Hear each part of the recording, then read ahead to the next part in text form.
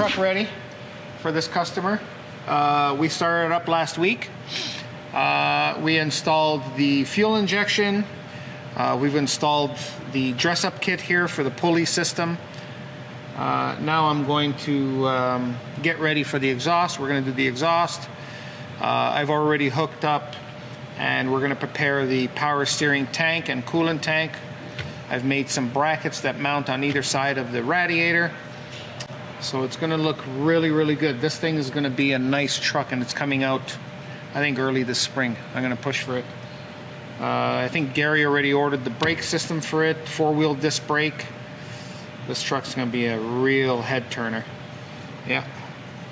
We've hooked up the rack system underneath. Made some modifications there. I had to make some special bracketing underneath for the emergency brake, the e-stop system. So yeah, everything is going to plan and everything is going good. And I think it's going to be really, really nice. Yeah. Can't wait to test drive it. Cool.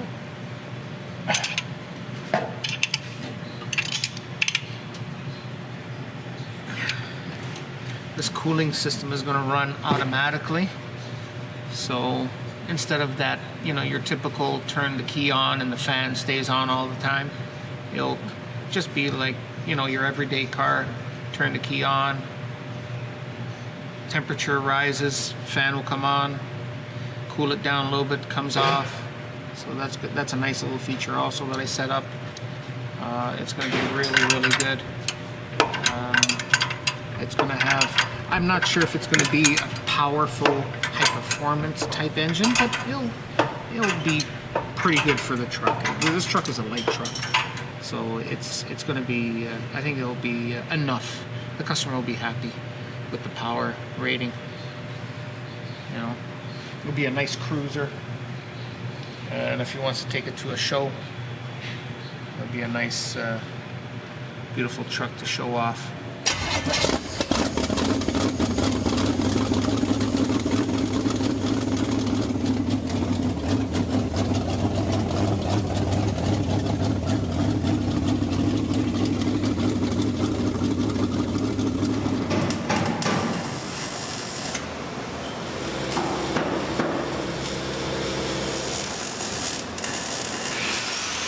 It's coming along.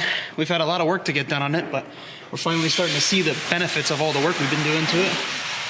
But no, it's good. It's coming along good. We still have a lot of parts.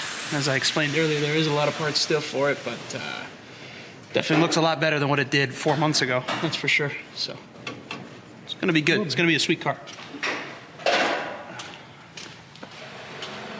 Just removing the Cuda quarter glass. I had to put the glass in because I had to cut out the rear tubs and make some tubs for the big wheels.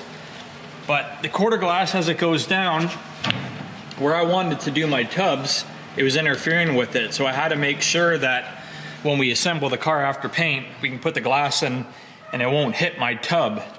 So I got the tubs all finished and fabricated. We can have a quick peek at them over here if you want. They're pretty intricate. Had to use the English wheel, do some shrinking and stretching. Got them all seam sealed right now. So I tried to make the passenger and driver side the same, and got them as tight to the quarter as possible. Something loud just fired up next door. I don't know what that is. Maybe the truck or something, eh? But anyways, we got the tubs done. And those are gonna get epoxy primed, and then I can weld them in once the car's back on the rotisserie. But if we go up to the front of the car, we got some changes. The client came in and we are working on his engine cover, which I think you guys saw that in the last episode, which was the cover over here.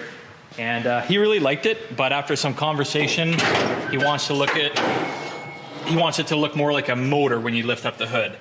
So we're gonna do the grills in these location here, but I'm gonna go with making a fake valve cover, basically out of sheet metal, and then we'll add some venting, and that way when you open up the hood, it looks like a motor, supercharger, and valve covers.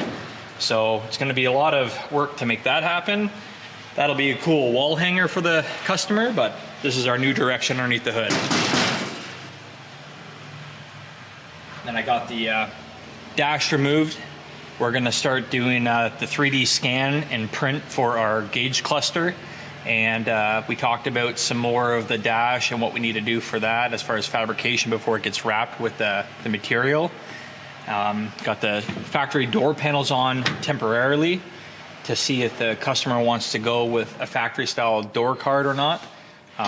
That'll be a conversation for Chris. He's our interior guy, and I'm sure they're going to bang out this interior. It's going to look really cool when it's all done, but there's going to be a lot that has to get done here. These are Hellcat seats. I think we're going to shave the headrest and kind of shape them a little bit differently, but yeah, I'm sure you guys will get an update on the interior once it comes out of paint, probably. That's my guess.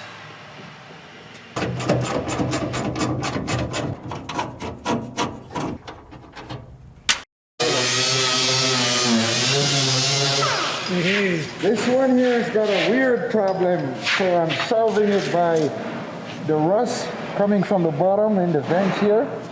So I have to clean them from the bottom. As you can see on the outside, all clean.